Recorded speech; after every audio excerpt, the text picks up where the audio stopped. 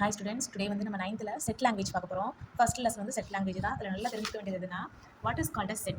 A set is a well defined collection of object. அதாவது தமிழில் நன்கு வரையறுக்கப்பட்ட ஒரு பொருட்களின் தொகுப்பு.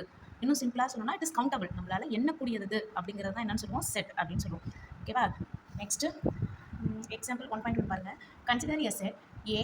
அதில் வந்து Ashwin, Murali, Vijay Shankar, Badrinath. Fill in the blanks with approximate. இந்த சிம்பிளுக்கு பேர் வந்து பிலாங்ஸ் டு. இது சிம்பிள் போட்டு அடிச்சிருந்தாங்க, அது நாட் பிலாங்ஸ் டு.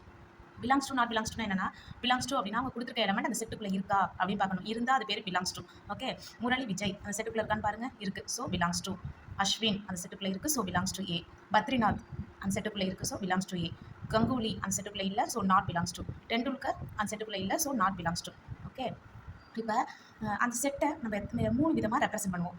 சரிங்களா? ஃபர்ஸ்ட் ஃபார்மேட் வந்து என்னன்னு பார்த்தீங்கன்னா டிஸ்கிரிப்டிவ் ஃபார்ம். டிஸ்கிரிப்டிவ் ஃபார்ம்னா வேர்ட்ஸில் எழுதுவோம். இந்த descriptive form is described in a வேர்ட்ஸாலே எழுதுவோம். அதான் டிஸ்கிரிப்டிவ் ஃபார்ம். எக்ஸாம்பிள் கொடுத்துருக்காங்க, the set of all vowels in English alphabets. அதாவது இந்த செட்டில் எழுதணும்னா A, B, C, D, etc. Z வரையும் எழுதுவோம். அதுவே வேர்ட்ஸ் அந்த வார்த்தையால் எழுதணும்னா the set of all vowels மட்டும் சொல்லியிருக்காங்க. vowels என்னென்ன? A, E, I, O, U. ஓகேவா? A, E, I, O, Uன்னு எழுதுவோம். நார்மலாக எழுதணும்னா செட்டில். இப்போ இது டிஸ்கிரிப்டிவ் ஃபார்மில் எழுதுங்க அப்படின்னா இந்த மாதிரி வேர்ட்ஸில் எழுதணும். நெக்ஸ்ட் வந்து set builder form. Set builder form nothing, such that வரும். சச் தட் வச்சு எழுதுவோம். எக்ஸ், அதாவது அந்த செட்டுக்கு நம்ம செட்டில் உள்ள எலமெண்ட்டுக்கு ஒரு சின்ன பேர் வைப்போம் ஆல்ஃபபெட்டிக்கில். X such that in vowel in English alphabets.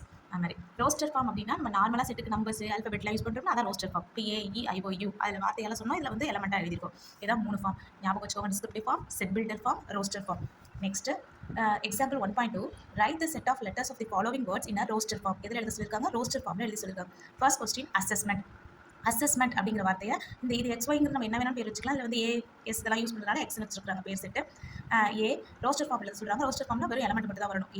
AS இங்கே வந்து ஒரு செட்டுக்குள்ளே எப்பயுமே வந்த எலமெண்ட் ரிப்பீட் ஆகக்கூடாது. அது ஒரு முக்கியமான கண்டிஷன், ஞாபகம் வச்சுக்கோங்க. அப்போ A, S ஆல்வேஸ் எழுதி வச்சு எழுதக்கூடாது. நெக்ஸ்ட் E, எழுதாத லெட்டர் M, N, T.